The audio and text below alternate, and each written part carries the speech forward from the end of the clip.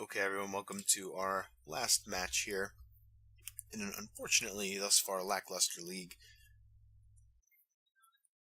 Okay. Let's see, we are on the draw. So, sure, we'll go ahead and keep this hand. I think it's relatively reasonable. Unless, of course, our opponent is playing Storm.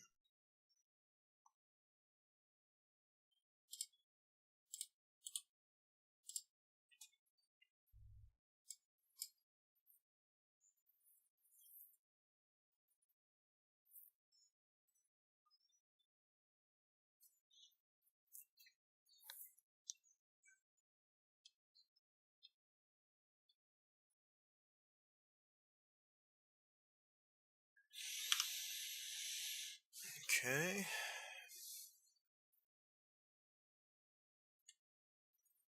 Thing in the ice. Alright. So I think we're just going to path that on site here.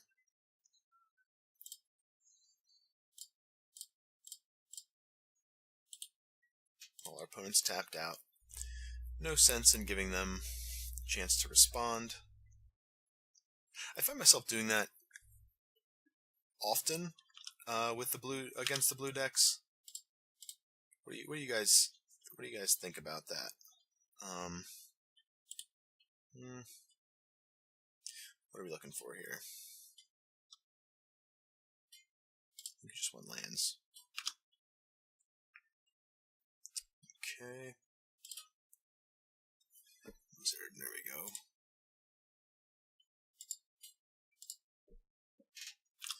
And we'll pass the turn back. Just in case you snap path something.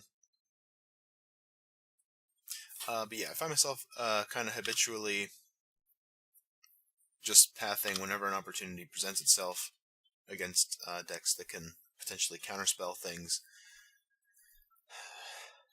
I don't know, I feel like it's one of the necessary evils of path, maybe, as a spell. But let's see, so they're playing Thing in the Ice, they're probably also playing Arclight Phoenix and things like that. Yep, speak of the devil.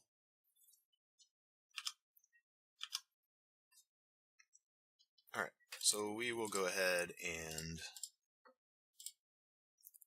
path this immediately.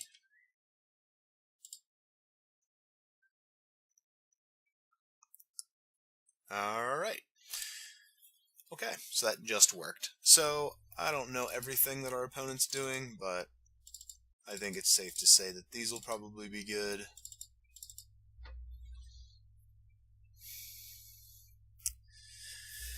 I think I'll keep a Settle and a Verdict in.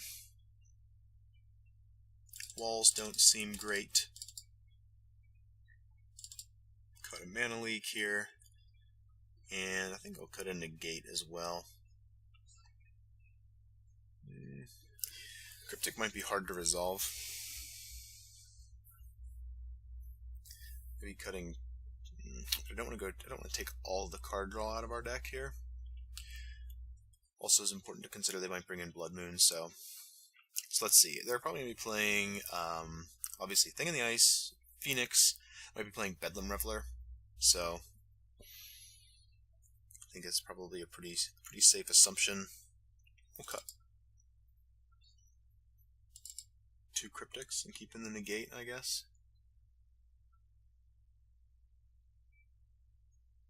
Alright, let's see what this can do. I feel like I'm bringing in the Angels all the time. Not sure if that's correct or not, but it's okay. This hand is a rest in peace, so we'll keep it.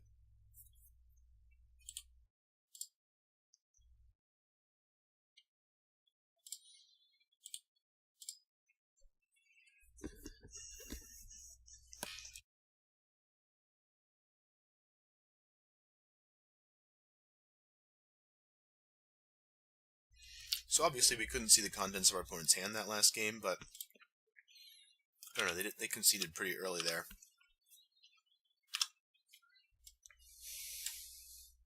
Certainly not going to jam this into open mana. Wouldn't mind drawing a fetch land so we can secure a white source though. because I am expecting our opponent to be on some number of blood moons.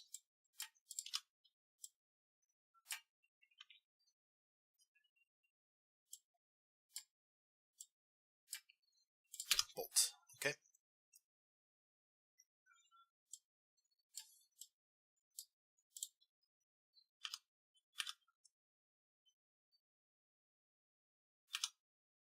Alright. Just run back and forth here. Maybe they're not on Blood Moon, because that's a lot of playing basic mountains on top of all those other lands. Yeah, I don't know.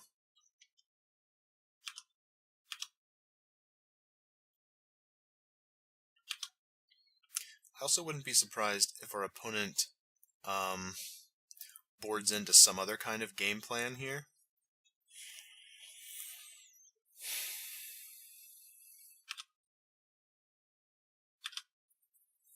I think we'll just pass and discard a Path to Exile.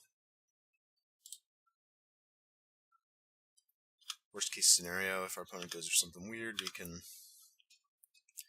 snap the path. Alright, so we're gonna go for an Angel here just to avoid potentially having to discard again.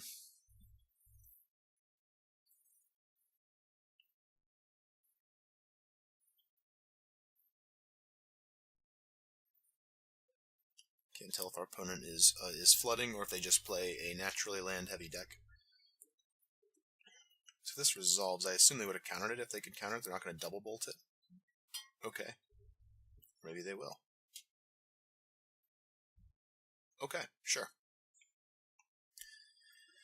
Still not a land.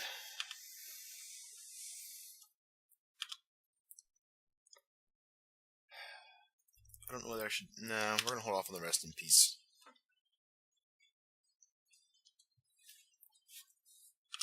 For a little bit longer, maybe.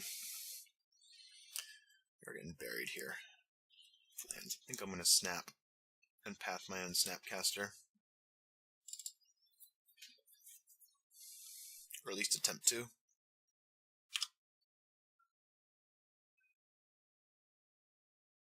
Fiery Temper. Okay.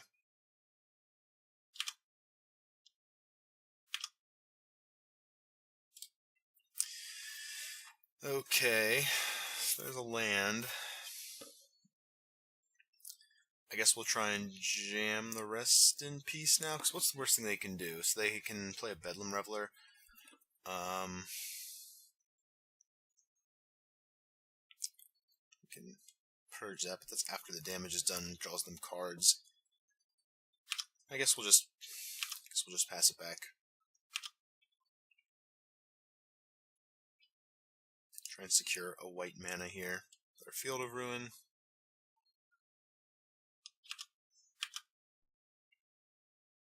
This is a weird game, though.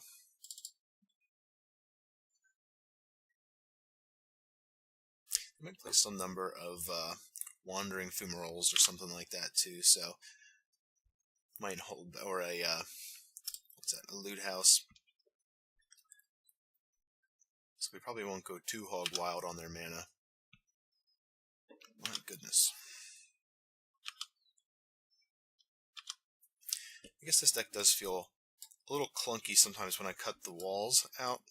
But I can't imagine they're supposed to stay in this matchup.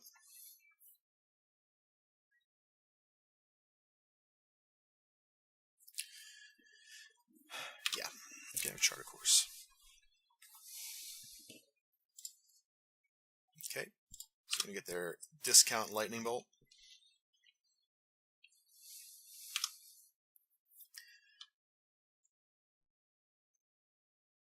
So if we draw a land here, I'm going to try to get down the Rest in Peace. Oof, no lands.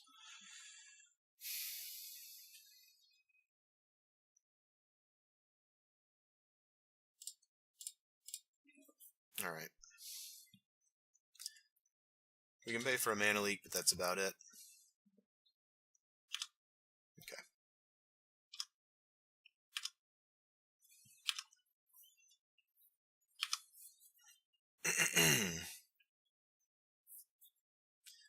that should protect us from... Okay. Alright.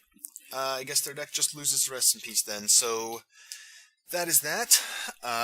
So the 2 games that we did manage to win that league were not much of games, unfortunately. But so went 2-3 again. Again, sorry about that. That missing match against the Bant Control deck. I'm gonna see if there's any way that I can restore that video, because even though we lost, it was a super sweet match. And I'm really sorry you guys won't be able to see it, but again, we will definitely play a deck like that at some point in the future, just because even when you're losing there, you can definitely just lose in style. It's a lot of fun. So I know that it wasn't an impressive showing for the deck. So we had what? Let me think back here. Game 1 was against Hardened Scales Affinity, and the more I think about it, the more I think we probably should have played that last game a little differently. It was a good game. It was really close, but we were just a little shy there on that one. Then again, game 2 got lost, and then our game against Boggles went well, as good as it can go. Opponent did kind of mulligan into Oblivion the first game, but like I said, that matchup felt a little better for the mid-range deck than it does with the draw go style deck. So at least that much I can attest to. Felt good. Let's see, what was it? Merfolk. That, yeah, like I said, I'm willing to take whatever responsibility I need to take for losing that matchup, but again, we didn't see a whole lot of our removal there. And in that matchup, conversely, whereas in the Boggles matchup we could have creatures that can actually block, in that matchup I think that this deck is probably not as well positioned against specifically Merfolk, just because they can maneuver the board state into a in such a way that it makes their creatures unblockable. And then in our last game there, wasn't really a game. Not a lot of magic happened there. We didn't really play a whole lot of spells. At least any spells that mattered. I was listening to, it was the MTG Grindcast podcast, and they were talking about Fiery Temper, and the guys on there were saying that they really don't know if that's a good card or even a modern playable card. I'm not sure what side of the line I fall in there. I have no experience playing the card. But I don't know. I feel like there's got to be something better maybe that those style decks could be playing. But so there you have it. There's another league with the blue-white mid-range deck. So hope you could at least enjoy those videos. If not, learn something and take something away from them. Let me know specifically about